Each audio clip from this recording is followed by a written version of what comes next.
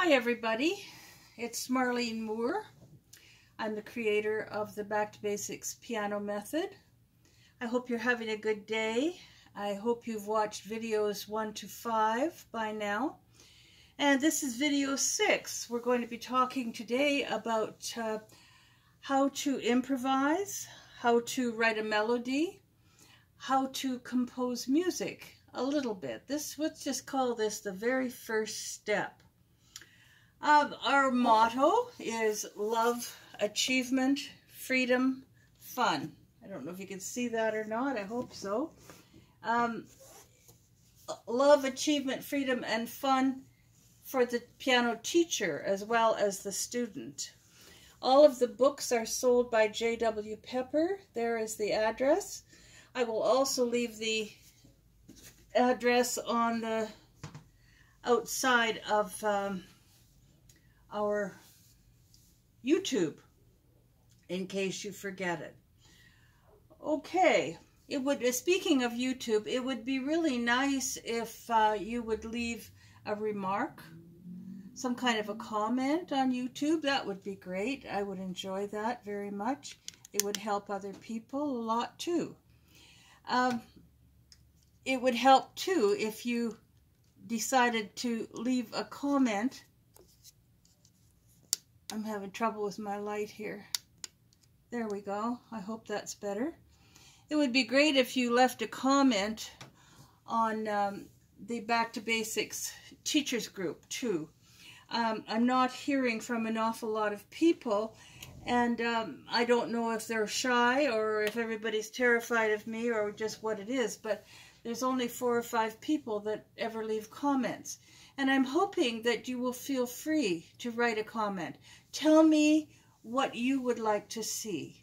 Tell me where your weaknesses are. Tell me what you would like to know about Back to Basics. Tell me what you would like to know about the books and about how it is different. We need your ideas too, because I cannot create in a vacuum. I have to bounce my ideas off of you because I don't know where you're at.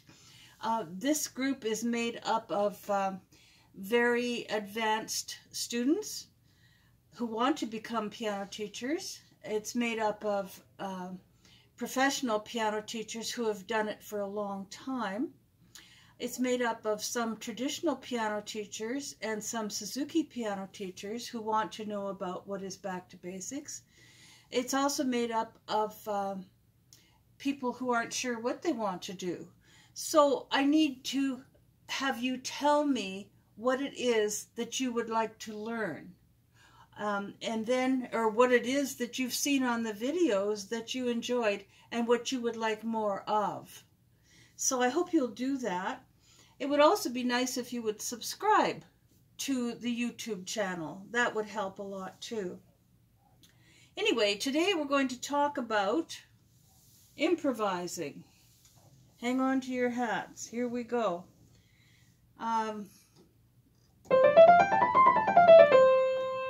Improvising. What is it made up? Well, the piano is made up of scales, chords, and arpeggios. That's it. That's all there is. Scales, chords, arpeggios. I always tell the children that arpeggios are chords that take a trip. And it's true. So you probably already know that. Maybe you don't. Maybe you've never been taught scales. I never know where people are at. So I'm starting at the beginning, if that's okay with you. Scales, chords, and chords that take a trip. Scales, chords, and arpeggios. That's all we need to get started. People think that there's some kind of magical hocus pocus to do with improvisation, and that only gifted people know how to do this, only people who have a good ear know how to do this, only people who are auditory learners know how to improvise. This is not true. This is not true. What is true is that auditory learners find it easier. Visual learners find it a little more difficult, but it's not impossible. I think the problem, if you want to call it that, is the societal way that we are taught. And for the last 200 years, everybody has been taught how to read from a book. We haven't been taught how to explore the keyboard.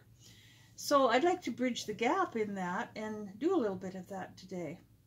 We're going to talk about C-E-G, that goes nicely with C, or E, or G. And B-D-G, that goes nicely with D and F, sometimes B. Okay, so C-E-G, and I'm going now to B-D-G, and I'm going to play D, F, B. And there's one left out, the A. I always think of the A as the turning point, because it usually has a nice new one here. C-F-A. You like that? I like that one very much. C-E-G. B-D-G goes with D, F, B. And C-F-A goes with A. Okay, let's play Twinkle.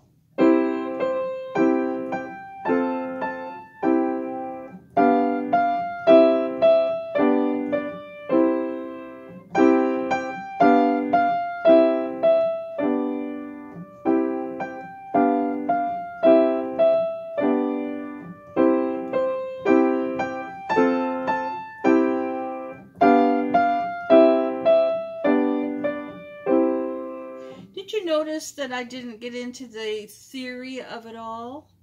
Is that the tonic root position then moves to the whatever it's called? I don't get into that. I think of it as what goes nicely, what sounds nice with this. Well, that one does. What sounds nice with this?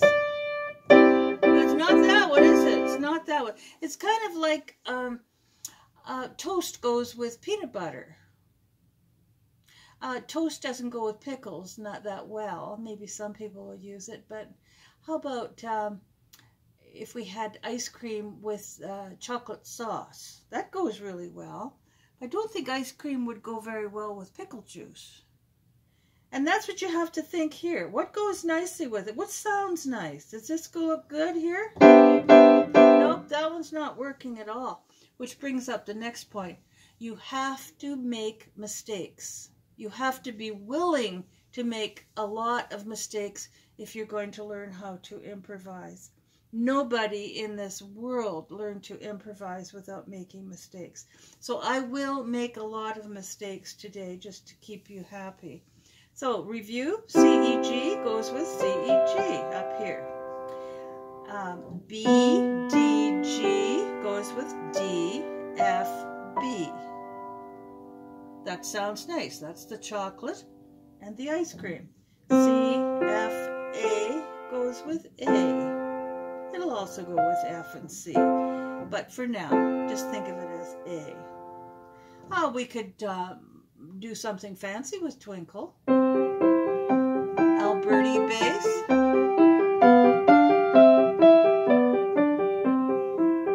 We could do a broken...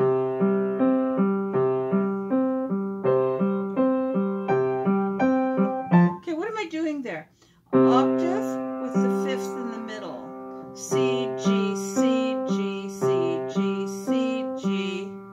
Moving to F, C, F, C, F, C, F, C.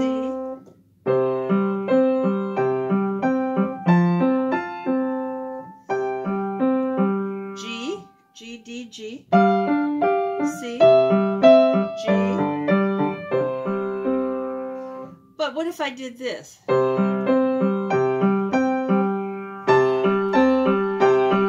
Doesn't work, does it? This part doesn't, it just doesn't get up and go. What if I did this? If I moved down one and I took part of that C, E, G and I just moved it to E. I just fooled around a bit and figured that out, didn't I? We might get good enough to be able to do a walking bass where we're just walking down and walking up. We could do that too. The sky is the limit. We could do octaves.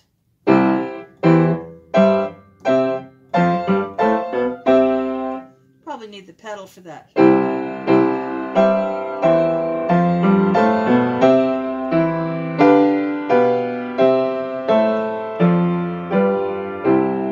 don't have any music for this. This is all trial and error. And if you make mistakes, that's great. The roof is not going to fall in if you make a mistake. You can do any piece that way. I have a secret though. I don't know if you ever practice scales as right-hand chords and left-hand octaves. Actually, I'm writing a book on technique right now, and this is going to be in this book, where we're doing the right hand this way and the left hand in octaves. What I'm doing is I'm using my baby finger on the new one. So I would be going this way, C, D, E, F, G, A, B, C with my baby finger this way. Sometimes I'm using my fourth finger.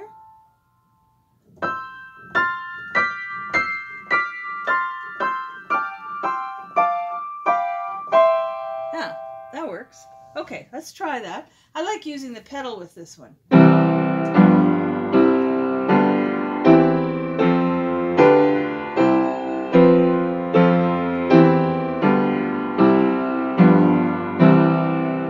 Okay, what am I doing in the left hand?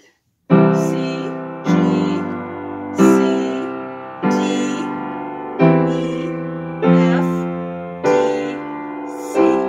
And then same thing going backwards. Let's break that up into a broken one. Maybe this way.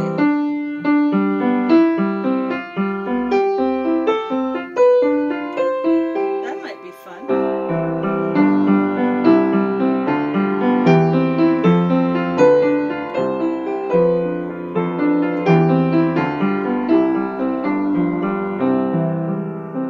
I'm doing this. Fifth finger or fourth finger. Sometimes I'm using the fourth finger to rotate up to the fifth finger. You can figure those out. They're lots of fun. It's not that hard. But that gives you a nice concrete way of doing scales that are actually a compositional tool using the chords too, without getting into a whole lot of theory. Just use the peanut butter and toast analogy. It'll work every time. I guarantee it. Alrighty, let's break that up.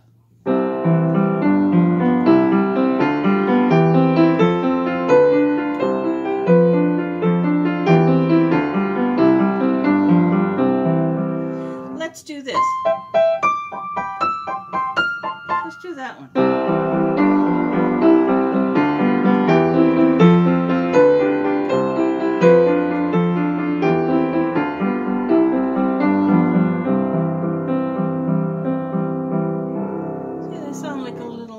After a while, your neighbors will thank you for practicing scales this way. What else can we do? What else could we do? Let's get into A minor. We all know that A minor is the relative of C major. C major has no sharps, no flats. Neither does A minor. Why did I play a black key? Okay, I guess everybody knows that. We raise the seventh note, which is G, so it gets raised a half tone, and it makes it G sharp. That's why it turns into minor. I love minor keys. If you listen to some of my music on YouTube, you're going to hear a lot of minor keys. I had one lady not too long ago told me that my music made her cry. I'm not trying to make anybody cry, but I just love minor keys. They are so deep. Anyway, let's try the A minor scale, chords. Let's let our chords take a trip. And arpeggios, which are chords that take a trip. They pack their suitcase and they take a trip and they come back home again. I hope you have, for those of you who are not advanced pianists, I hope you have what is called the Brown Book, Scales, Chords, and Arpeggios. That was my Bible when I was a student. Bible, musical Bible. The Brown Book, Scales, Chords, and Arpeggios. It is literally a brown book. And you can get that at any music store or Amazon or wherever you like. Scales, chords, arpeggios. And I like doing a lot of octaves. But they have octaves and four-note forms and dominant and diminished seventh. But I don't want to get into all that today. I just want to make some music. Let's make music, shall we? I'm going to show you. Oh, but before I forget, I'm getting sidetracked here.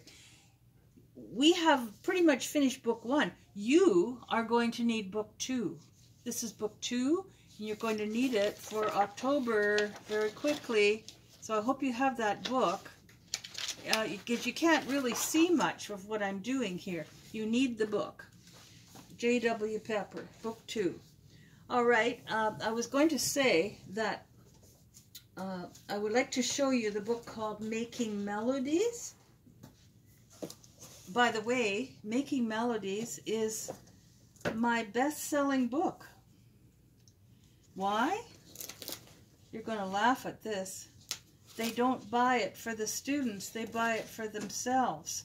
The teachers buy Making Melodies so that they can learn how to make melodies and how to write them and eventually how to make a left hand. At the present time, or I should say that with the children, by the time they get to the end of this book, they are able to do a left hand. If the teacher knows how to do 3 chords in improvisation, she can show them that. But this is the exciting one that's coming up. I'm just writing it now. It's called Making Harmonies.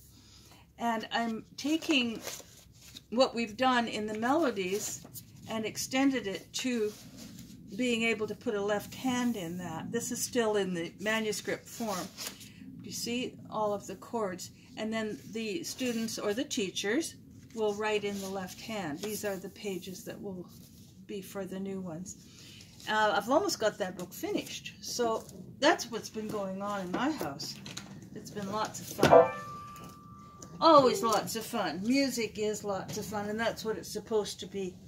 You know, this idea of improvisation, to me, it is a language. This is the language, the true language of piano or music. It's improvisation. It's to be able to play here freely without being chained to the notation.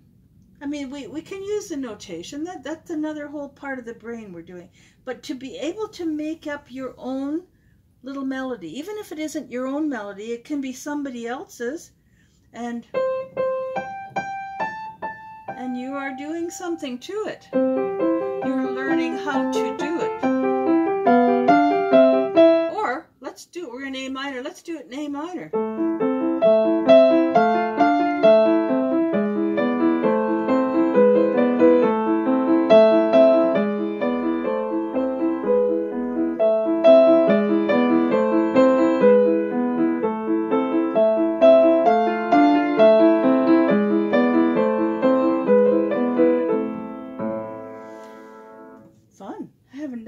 Before. That sounds kind of neat in A minor. So again, we need A minor, scales, chords, and arpeggios. You have to know them. And try it the way I showed you too, with the chords in the right hand and the octaves in the left.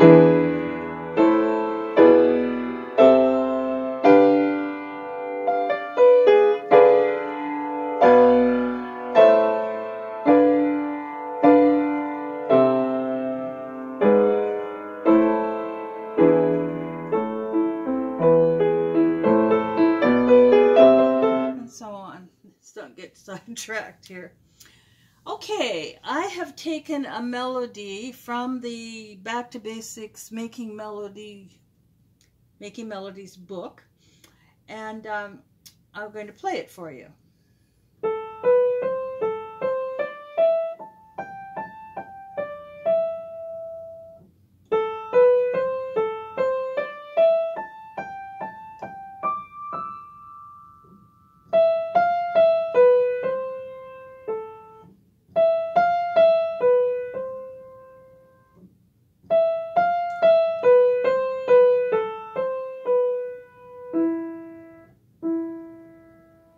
Left hand will be A, C, E, G sharp, B, E, like we talked about before, or A, D, F. That's pretty much what's in it. Here's what I wrote last night when I had nothing to do. Maybe you can see that if I tilt it a little better. Phase 1, the first melody is here, it repeats, and then there's a little bridge, and this is the second part. So it's not all written out, but it'll give you an idea.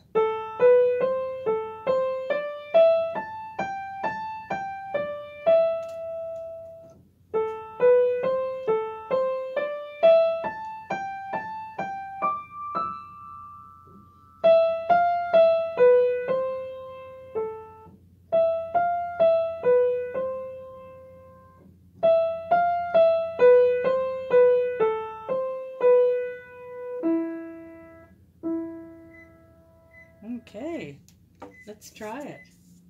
And I've written the A, C, E on here and your G sharp. Don't forget about that. Let's try this. Let's try this. Let's try it in solid triads.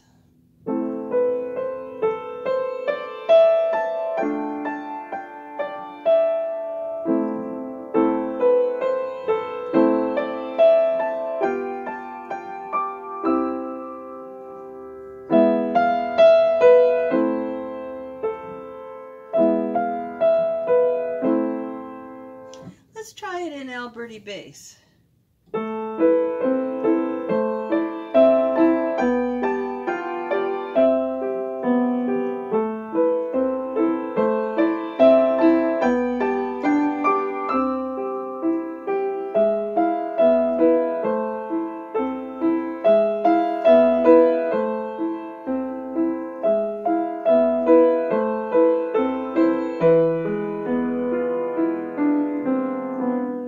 Let's try it in octaves in the left hand.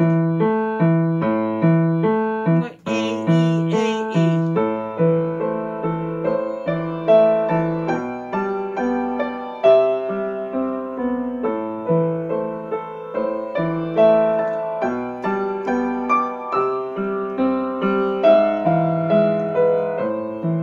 Going to the G sharp.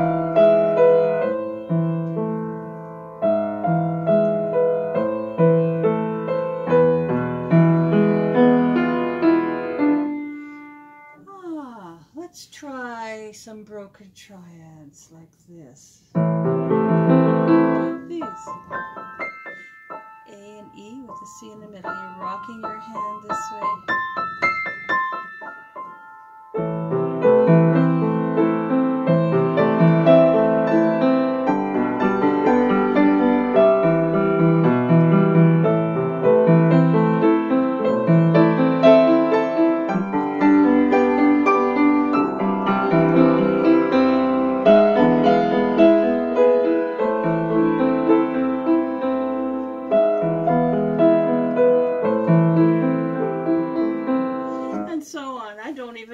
that part. I'll have to work on that part. See, I'm making mistakes. That's what we need to know. But that's just broken that way. But it's not this way. It's playing 2 and then putting in the middle this way. Okay, let's try broken octaves in the right hand. That might give it a little bit of variety.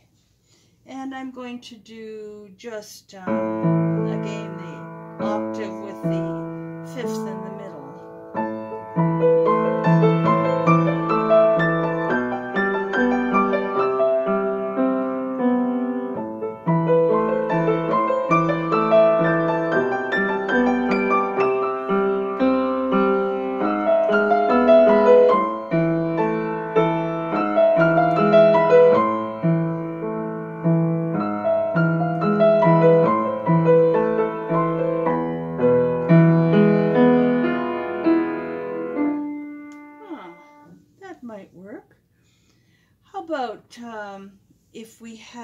If we were singing, if we had an accompaniment,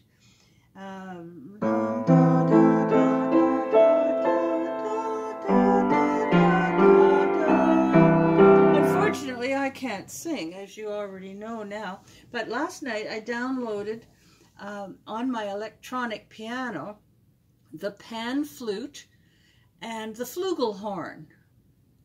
And that really seems to work. So I'm going to have a duet with myself.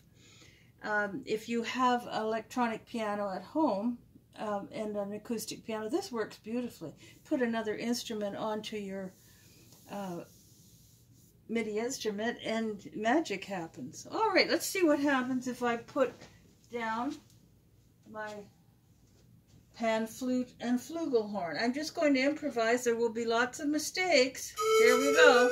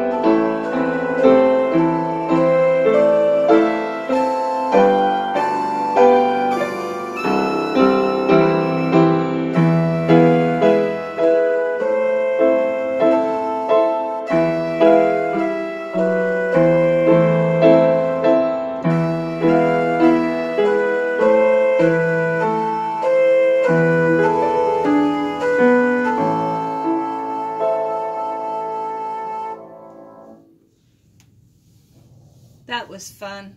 I enjoyed that. I hope you did too. Okay, folks, that's it for today. Go to your piano and improvise. Get a hold of that Making Melodies book and improvise up a storm. Let me know how you're doing. Let me know on the group. I love to hear from you. Bye for now.